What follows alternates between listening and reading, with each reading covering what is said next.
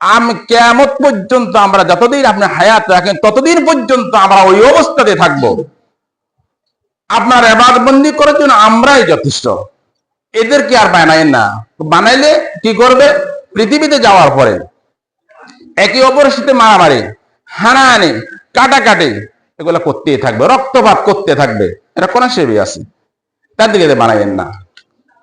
আল্লাহ ভগবানের ফেরেশতারা তোমাদের পরামর্শ চাইছি, ঠিক আছে, কিন্তু আমি যা জানি তোমরা তো তা কি জানো না। আমি তোমাদেরকে ইবাদতের শুধু যোগ্যতা দিয়ে, ইবাদত করার যোগ্যতা দিয়ে তোমাদেরকে সৃষ্টি করছি, গুনাহ করার কোন যোগ্যতা তোমাদেরকে দিয়ে নেই। আমি এমন এক আদমকে তৈরি করবো তারা গুনাহও করতে পারবে, ইচ্ছা করলে ইবাদত বন্দি করতে পারবে। পারবে কি পারবে না? রমজান মাসে কেউ রোজা রাখলেও রাখতে পারছে, কেউ রোজা না রাখছে, তারা তো আমরা মারধর করতে পারি নাই, আছে কি নাই? যারা গুনাহ করা মাদ্দা আছে, ইবাদত করারও মাদ্দা আছে, এমন এক জাতিকে আমি সৃষ্টি করব, তারা গুনাহ ছেড়ে দিয়ে যখন ইবাদত বন্দি করবে, আমি আল্লাহ তোমাদের ফেরেশতাদের উপরে তাদেরকে প্রাধান্য দান করে দিব। তোমাদের উপরে তাদের মর্যাদা আমি দান করব। কেমনে? আজকে যারা রমজান শরীফে রোজা রেখে ঈদের নামাজ পড়ার জন্য মসজিদে যারা আসতেছে, আল্লাহ পাক বলছে, দেখো আমার বান্দারা, অর্থাৎ সর্বপ্রথম মনে রাখো, কোন শ্রমিক যদি তার কাজ করে, শ্রমিককে যে কাজ করার জন্য বলা হয়, সে সকাল থেকে সন্ধ্যা পর্যন্ত কাজ করার পরে তার উজরত সে পায় কি পায় না? অবশ্যই পায়। ফেরেশতাদেরকে বলতেছে, আমার কিছু বান্দা আমার হুকুম যথাযথভাবে আদায় করার কারণে আজকে তাদেরকে আমার উজরত দিয়ে তাদেরকে আমি ধন্য করে দেব। আজকে তাদেরকে আমি যা পাওয়ার সবকিছু দেব। তোমরা মনে মনে দাঁড়িয়ে থাকে তাদের সাথে হাত মিলিয়ে তোমরা নিজেরা ধন্য হবে। ফেরেশতাদেরকে বলতেছে, যাদেরকে তৈরি করার জন্য তোমরা কি করছো? নিষেধ করছো। আজকে তাদের হাতের সাথে তোমাদের হাত লাগাও। তোমাদের হাত লাগালেও কি করবে? ওই হাতের কারণে তোমরা ধন্য হবে। আমি আমার এমন এক বান্দা সৃষ্টি করছি, গুনাহ করার ইচ্ছা থাকলেও গুনাহ করতে পারতো, গুনাহ না করে তারা করছে নেক কাজ করছে, গুনাহ না করে তারা রোজা ছেড়ে না দিয়ে তারা রোজা রাখছে, আমার হুকুম পালন করছে। শুধু আজকে তাদের সাথে হাত মিলাও, তাদের সাথে তোমরা কি করো? একত্রিত হও। তোমাদেরকেও আমরা কি করবো? এদের হাত সাথে রাখার তোমরা ধন্য হবে। এবং কিছু তাই নয়, আমি আল্লাহ বলতেছি, শুধু আমি আল্লাহ এই যা রোজাদারদের রোজার উজরতটা আমার নিজ হাতে দিব। শুধু নিজ হাতে নয়, হাদিসের ভাষায় অতটুকু বোঝা যায় যে আমি আল্লাহ তাদের জন্য হয়ে যাব। আল্লাহ যদি আমাদের জন্য হয়ে যায়, আর কিছু থাকেনি, কোন তো আর কিছু লাগেনি। কিছু কিছু কাজ আমরা দেখা দুনিয়াতে সরকারের প্রধান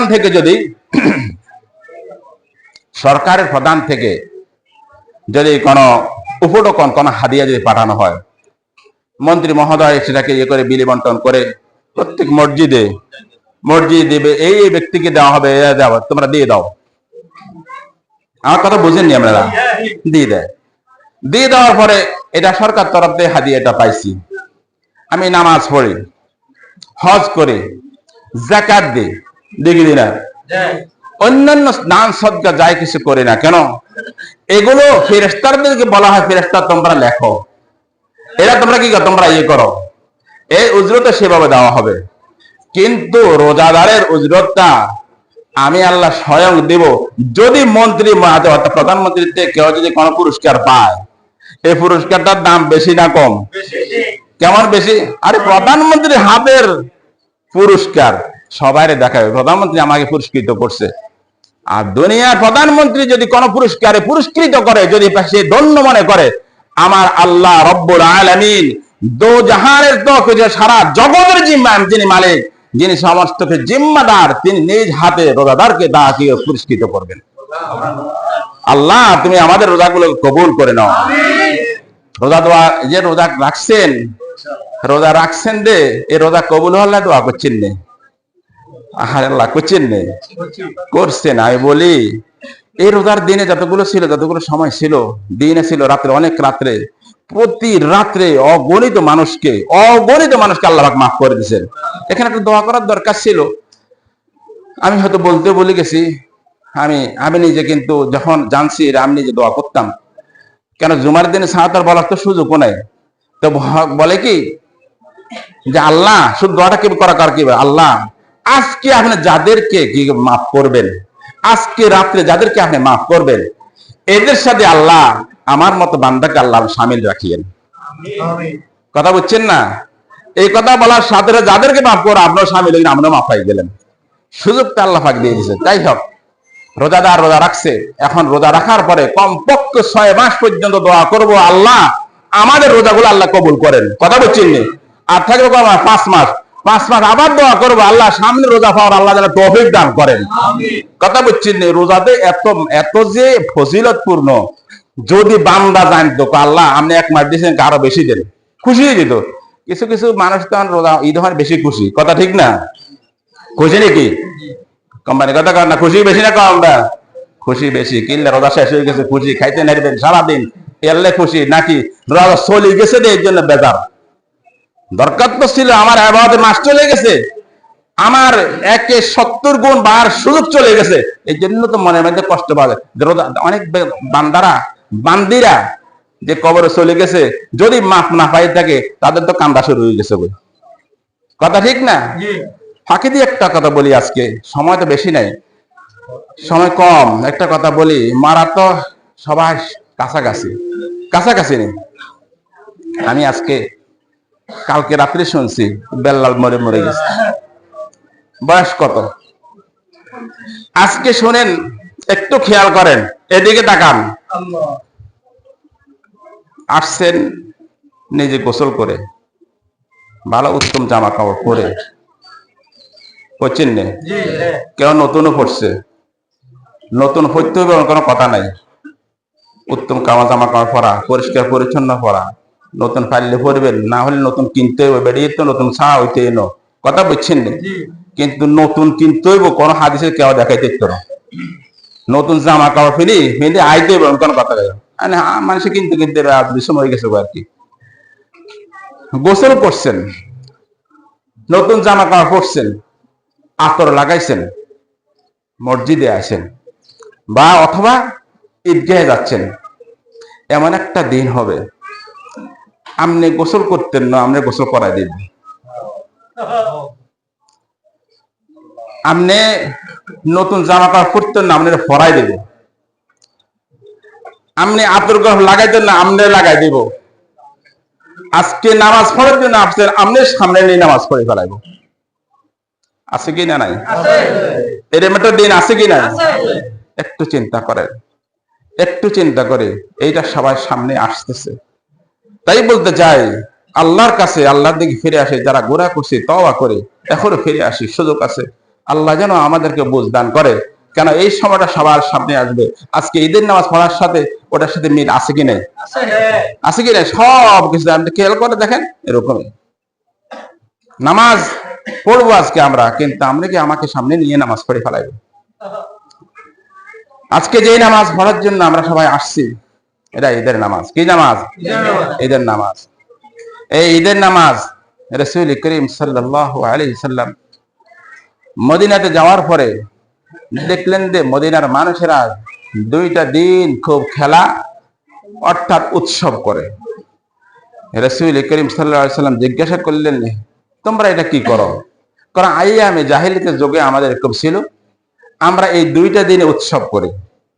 বলছে তোমাদের এই উৎসব থেকে আমার আল্লাহ পাকের পক্ষ থেকে আরো 2টা দিন উৎসবের জন্য নির্ধারিত, তোমরা খুশি না বেজার? আমরা খুশি। সেটা হলো ঈদুল ফিতর আর ঈদুল আযহা। ঈদুল ফিতর হলো সদকা দিয়ে, ফিতরা দিয়ে সবাইকে কি করবে, যাদের পাওয়া উপযুক্ত তাদেরকে কি করবে, উৎসাহিত করবে, আর নিজে মুসল্লা আসে নামাজ পড়বে। এটা ঈদুল ফিতরের শুকরিয়া। কেমন? সারা বছর সারা মাস আমরা নামাজ পড়ছি, নামাজ পড়ে আল্লাহ পাকের সন্তুষ্টি অর্জন করছি। আল্লাহ পাকের আজকে ঈদ শাওয়ালের প্রথম দিনে 2 রাকাত নামাজ পড়ে অতিরিক্ত 6 তাকবীরের সাথে পড়ে ওই আল্লাহ পাকের শুকরিয়া আদায় করে দিচ্ছি। শুকরিয়া আদায় করবো, আল্লাহ যেন তৌফিক দান করে। রাজি আছে কি সবাই? ইনশাআল্লাহ। ওদের মসজিদে আসছে নামাজ পড়ার জন্য আসি না, নামাজ পড়ার জন্য তো আসি, কিন্তু নামাজ পড়তে আসি, নামাজ পড়তে তো জানি না। কথা ঠিক কেন? ঈদের নামাজ হয় মাসে বছর কবার? 2 বার। 2 বার হয়। কেন হয়? এত বুড়ি গিয়ে বাইরে গেলে হাতে বুড়ি যায়। বুঝে জানি জিজ্ঞাসা হুজুর আপনি করছে আপনি কোন কেন না সরেন এই কথা যদি জিজ্ঞাসা আপনি তো আপনি হয় না হিসি দিতে আসি আর অসুবিধা কি এত কথা জিজ্ঞাসা কিনলে নামাজ তো আমরা হিসি হিসি আমরা আসি আমরা কি বার সামনে দিয়ে যাই দেখি আমরা কেউ কেউ কথা কয়ে লাগবো নামাজ পড়ার নিয়মটাও জানে না ঈদের নামাজ পড়তে আছে ঈদের নামাজ জানি না জানাজার নামাজে যাই দাঁড়ায় ঠিক কিন্তু জানাজার কেন হয় এটা কইতে পারি না আছে কি নাই কেলে এগুলো তো সবসময় না তো এগুলো জানিও না আর এমনি নামাজের মধ্যে তো কত ভুল তাই বলতে চাই এই ঈদের নামাজ পড়ার জন্য সর্বপ্রথম বলে দিই নিয়মটা শুনিল না একবার ঈদের নামাজ পড়ার জন্য যখন তাকবীর মানবে কে ইমাম আমরাও বানবেন আমরা কিরবেন মানে কিরবেন সানা পড়বেন আজ বলেছেন হরব সানা পড়বে সানা কি করবেন সানা পড়বেন সানা পড়ার পরে তাকবীর হবে কয়বার তিনবার তাকবীর হবে তিনবার হাত ছাড়ে দিবে কথা বুঝছেন নি এই তাকবীর মাথার পরে আমরা তো সূরা পড়ি কি পড়ি সূরা পড়ি আলহামদুলিল্লাহ সূরা পড়ি এরপর একটা সূরা মিলাই এরপরে রুকুতে যাই সিজদা যাই সবকিছু করার পরে আবারও যখন অর্থাৎ কেরাত পড়ার শেষ হওয়ার পর আবার রুকুতে যাওয়ার আগে আবার কি দেয় তিনবার দিতে হয় তিনবার চতুর্থবারে আমরা কিতে যাই রুকুতে যাই এটা তো অনেকে জানে সানা কতক্ষণ পরে এত কইতে হইতো না জানেন না অনেকে বুঝেরা কতক্ষণ কি হইব হুজুর হুজুর এসে আছে আল্লাহ পাড়ায় কইতে নয় জানি না